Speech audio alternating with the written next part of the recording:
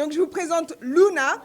Donc, c'est une jeune femme de 22 ans qui est étudiante en ingénierie de cybersécurité. Et ce qui est vraiment impressionnant à propos de Luna, en fait, c'est l'amie de Lise qui a été baptisée il y a 2 semaines.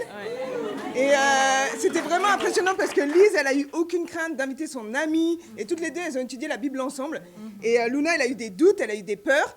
Mais avec les Écritures, elle a abandonné tout ça pour tout simplement donner sa vie à Dieu aujourd'hui, en fait. Et donc, je vais vous laisser les sœurs partager pour elle. Mais voici Luna.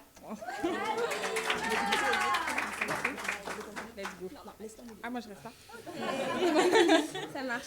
Luna, j'ai une écriture à te partager. Okay. C'est Sophonie 3, verset 17, qui dit « L'Éternel, ton Dieu, est au milieu de toi un héros qui sauve. Il fera de toi sa plus grande joie. Il gardera le silence dans son amour, puis se réjouira à grands cris à ton sujet. » Et comme je te l'ai dit, aujourd'hui, c'est ton jour, en fait. C'est un grand jour. Et je suis tellement fière de toi parce que, au fur et à mesure des études, tu as vraiment été transformée, en fait. Tu es passée d'une Luna qui était un peu fermée, qui voulait pas donner son cœur et tout, à une Luna qui est vraiment en train de fleurir, en fait, tout simplement. Et mon encouragement pour toi, c'est tout simplement que tu continues de t'accrocher à Dieu et que tu aies confiance en lui plus qu'en toi-même. Mais tu es sur le bon chemin et je suis extrêmement fière de toi. Merci, Wendy. Okay. Luna, enfin, ce grand jour est arrivé. Et j'ai une écriture pour toi dans Josué 1:8 et ça me fait beaucoup penser à toi. Donc ça dit que ce livre de la loi ne s'éloigne pas de toi. Médite-le jour et nuit pour agir avec fidélité conformément à tout ce qui est écrit.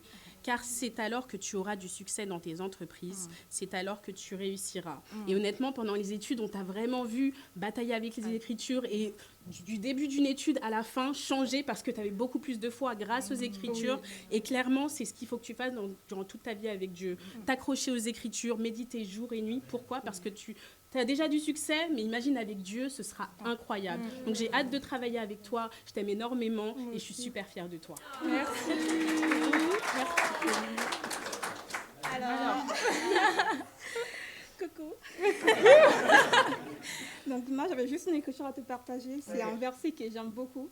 Et c'est dans Jérémie 29:11. En effet, moi, je connais les projets que je forme pour vous, déclare l'Éternel. Projets de paix et non de malheur, afin de vous donner un avenir et de l'espérance. Je me rappelle qu'à une semaine, tu me disais, Lise, j'ai trop peur de me faire baptiser. J'ai peur de perdre ma liberté, j'ai peur de ne plus m'amuser. Et c'est juste qu'en lisant ce verset, je veux juste que tu le gardes et que cela soit gravé dans ton cœur, que je te souvienne juste que cette nouvelle vie que tu vas commencer, la vie de disciple, ce n'est pas une vie ennuyeuse, une vie monotone. Mais avec ce verset, Dieu t'aspire juste et te dit que la vie que tu vas commencer, ça sera une vie passionnée et très mouvementée. Et qu'il a des projets que de bonheur et non de malheur pour moi. Merci. Bon, alors maintenant, je vais témoigner, parler de mon parcours spirituel, etc.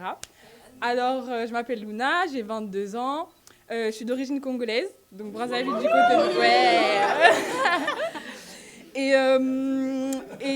Et donc, voilà, je suis dans la même école que Lise. Et en gros, à Londres, nos histoires sont liées parce qu'en gros, à Londres, elle avait rencontré une de nos sœurs, donc là-bas. Et elle est venue me voir en me disant « Oh Luna, j'ai rencontré quelqu'un, elle m'a demandé d'étudier la Bible et tout, ça serait super, etc. » Mais finalement, on a fait l'impasse, en fait. On était dans nos études, on était consacrés à ça et on a fait l'impasse. Et en revenant à Paris, elle a refait des études avec Sarah. Et elle m'en a parlé, elle m'a dit c'était merveilleux, c'était exceptionnel. Et je me suis dit, curieuse comme je suis, il faut que j'aille voir ce qui se passe là-bas. Il faut que j'aille voir, absolument. Donc je suis venue, et voilà. Et je suis là aujourd'hui. Et donc, durant toutes mes études, le grand défi pour moi, c'était surtout d'abattre mon orgueil. Donc c'est pour ça que j'ai l'impression que le culte, franchement, c'était pile sur ça. Donc c'était combattre mon orgueil, faire passer Dieu avant tout, le faire passer avant moi-même. Parce que, en gros, mon histoire, c'est quoi ? C'est que j'ai vécu dans une famille où on ne pouvait pas exprimer ses émotions, on ne pouvait pas exprimer ça, comment on se sentait, etc. Et donc j'ai forgé en fait une carapace qui a fait que j'ai construit une base solide en moi, entre guillemets solide. Et donc, pour me consoler, je m'auto-consolais. Pour me motiver, je m'auto-motivais. Donc j'étais le centre de tout et j'étais ma base, en fait, pour tout. Et en fait, j'étais dans le déni total parce que certaines fois, il y avait des miracles dans ma vie. Et je me disais, mais c'est grâce à moi, parce que j'ai pris la bonne décision, parce que j'ai fait ceci. Et c'est totalement illogique.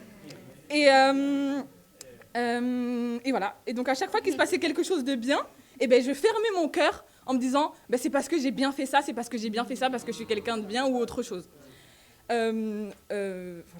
Et en fait, j'étais pas stable. Parce qu'un être humain ne peut pas être tout le temps stable. Donc, il y a des moments où j'allais pas bien et je comprenais pas parce que dans mon équation, tout était censé être carré. Et donc, en fait, j'étais tout le temps perdue. Et en fait, c'est en faisant des études que j'ai compris qu'en fait, il n'y a que Dieu qui est stable. Et il n'y a que vers lui, vers qui je peux aller, en fait, pour retrouver cette stabilité, cette liberté, ce bonheur, etc. Et en fait, l'ami dont j'avais besoin quand je me sentais triste, quand j'avais des problèmes, c'était Dieu. Je le cherchais en moi, mais il n'était pas là. Et voilà. Et j'étais tellement dans ma solitude que, dites-vous que Lise, c'est ma copine depuis un moment, et j'ai perdu mon père il y a 2 ans. Elle n'était même pas au courant de ça, quoi. Je venais à l'école comme si de rien n'était, parce que tous mes problèmes, ils étaient internes, et je les gardais juste en moi. Et donc, en fait, ce que je devais construire, au lieu de construire une base solide, soi-disant, en moi, c'était je devais construire ma foi, en fait, avec Dieu. Je devais me rapprocher de Dieu tous les jours, de plus en plus. Et c'est ça que je devais faire, voilà. Et alimenter continuellement, en fait, cette foi. Et donc, le verset que j'ai retenu et que je trouve me ressemble et qui pourra peut-être m'aider, enfin, sûrement, c'est sûr, c'est 2 Corinthiens 10, verset 8.